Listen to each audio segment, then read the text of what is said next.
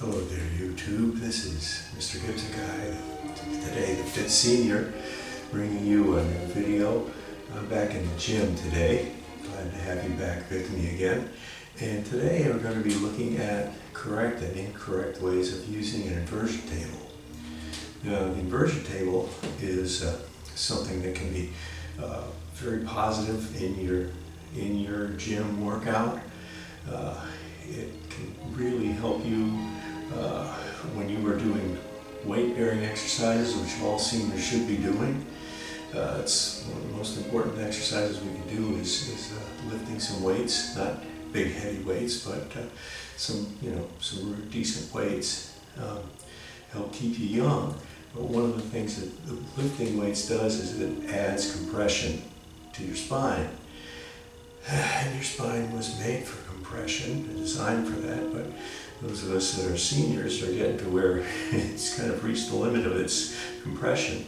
So we like to get a little bit of traction, some pull apart, to help counteract all that compression that's been going on for so many years in our lives. And so I want to talk to you about the correct ways and incorrect ways of doing this.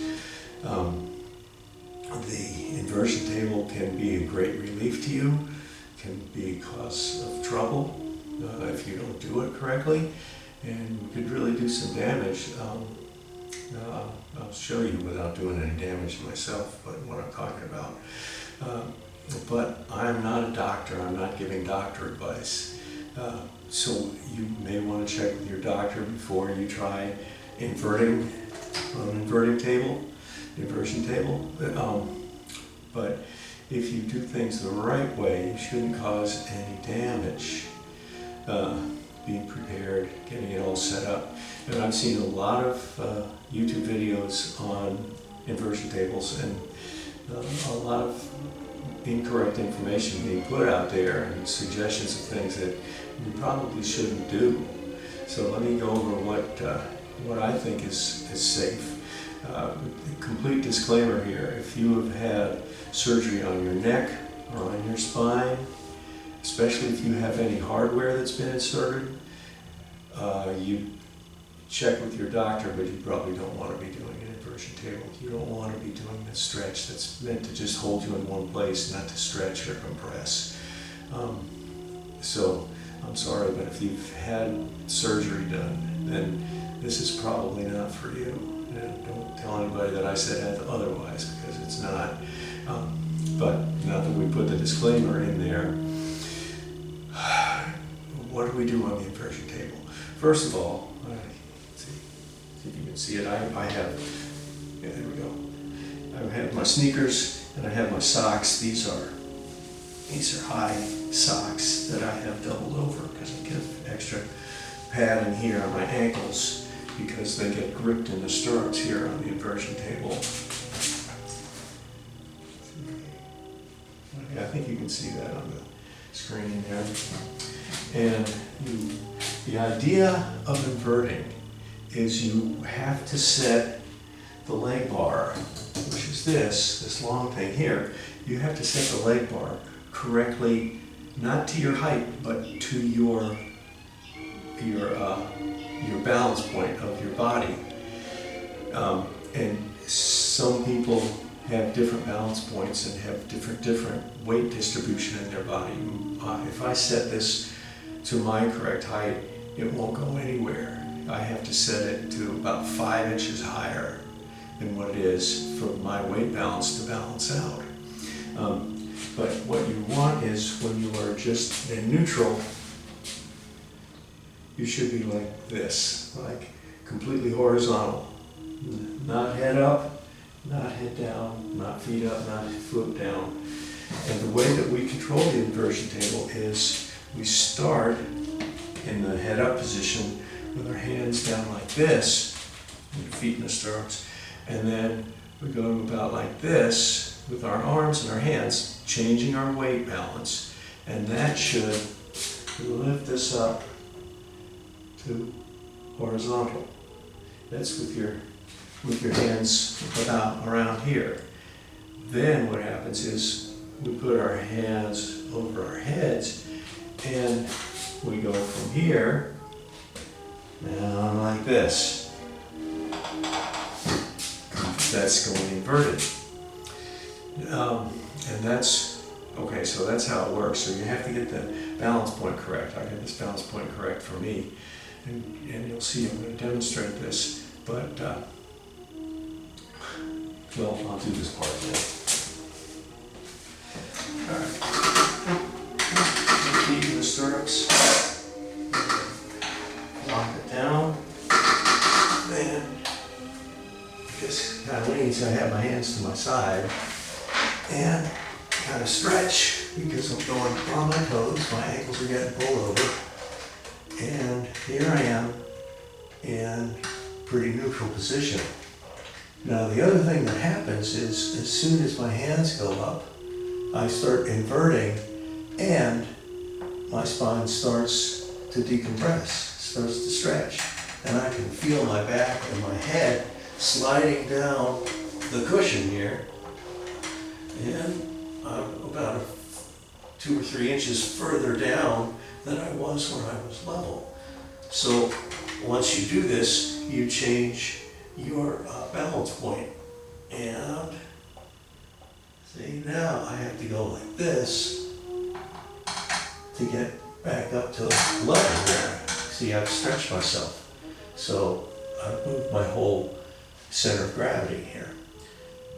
Now there's 2 different ways people do this. One is that they invert and they hang there. You can see the inversion table is trying to stay down, so it swings back and forth. And then they stay down like this for a minute or 2 minutes or 3 minutes or 5 minutes. And you can feel the stretch in your lower back as you're doing this. You know, it's fine, that feels good. But there's something else that's going on, and that is that blood is going to your brain and collecting in your head, and you start turning red pretty soon, and start turning purple pretty soon. The way that the body works is normally when we're standing up, but the blood in our bloodstream goes to our feet, and to our ankles, and to our calves, and how's it going to get back up? Well, it gets back up because the blood comes in the arteries and then returns in the veins. And as you move, as your muscles move, it squeezes the blood gradually back up to your heart to be pumped out again. So when you're inverted like this, you can't use the muscles in your ankles or your calves or your thighs to move the blood back up out of your head. You don't have any muscles in your head, so the blood just collects there. So my view of it is that hanging upside down like you're a bat is not good for humans. It's going to keep a bunch of blood in your head, and it's going to really mess with your circulation because our body's not used to circulating upside down. So what do?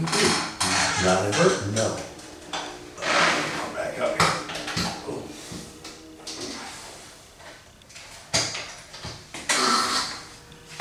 Oh. Okay. Well, you feel a little funny from being upside down. But what I do is what I call a swing, which is that you reach the horizontal position and you use that as your return point. And then you put your arms over your head and you invert, then you put your arms back and you come back to neutral. Then you invert and you come back to neutral. Then you invert and you come back to neutral. And what happens is every time you come back to the neutral position, your blood can get back out of your head. And we can do this as a continual motion, and then we get blood to the head, blood out of the head, blood to the head, blood out of the head. And I like to do this. You started with like 1 repetition, but start out doing it like 10 times and see how you feel. I'm still feeling dizzy just from hanging upside down like I was doing. But there are, when you're changing your circulation around, you're going to have some effects like that. Blood rushes to your head and out of your head and all that stuff as everything equalizes again. But if you set up a rhythm to it, you can keep that rhythm going and your body adjusts to it, to the rhythm. I'll just do a couple to show you that. So, get back in, and then come up to equilibrium, and then we start to stretch as we go. Inverted, back like this, stretch, and then come back up. Then stretch, and come back up. And when you hit the bottom there, you can really feel that pull. And what you're doing is you're ratcheting.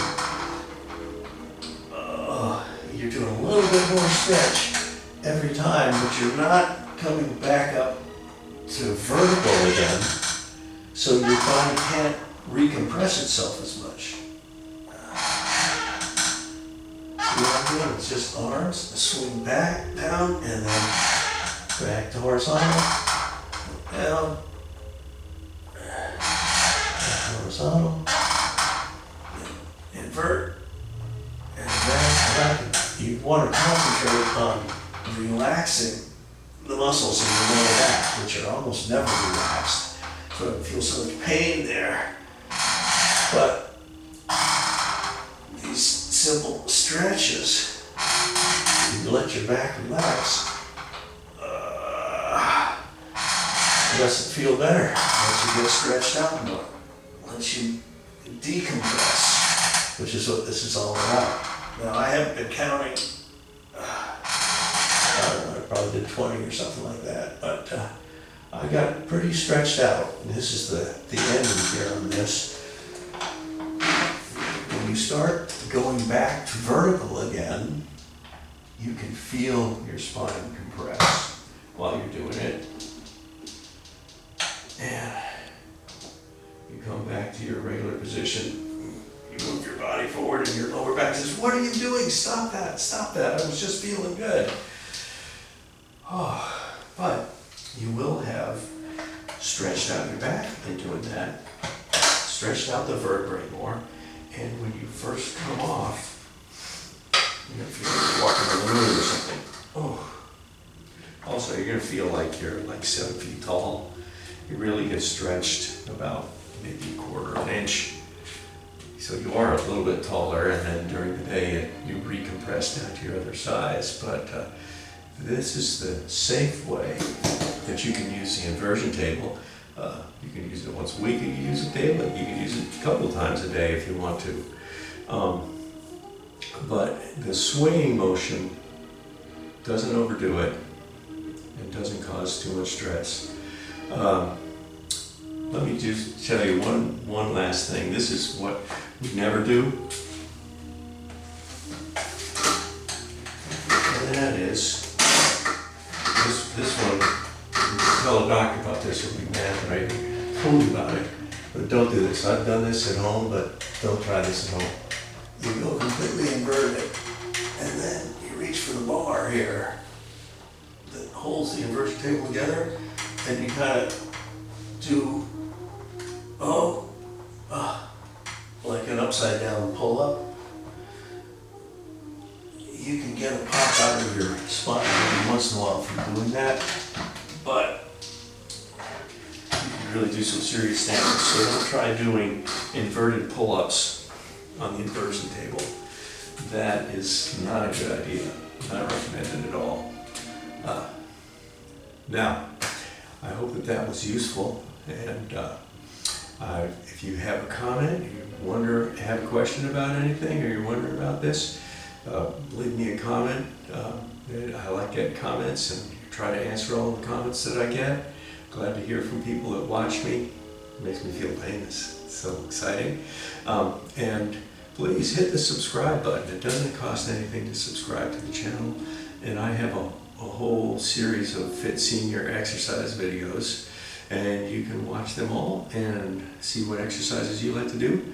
And I like to think that I'm helping us older people stay healthy and live the best years of our lives.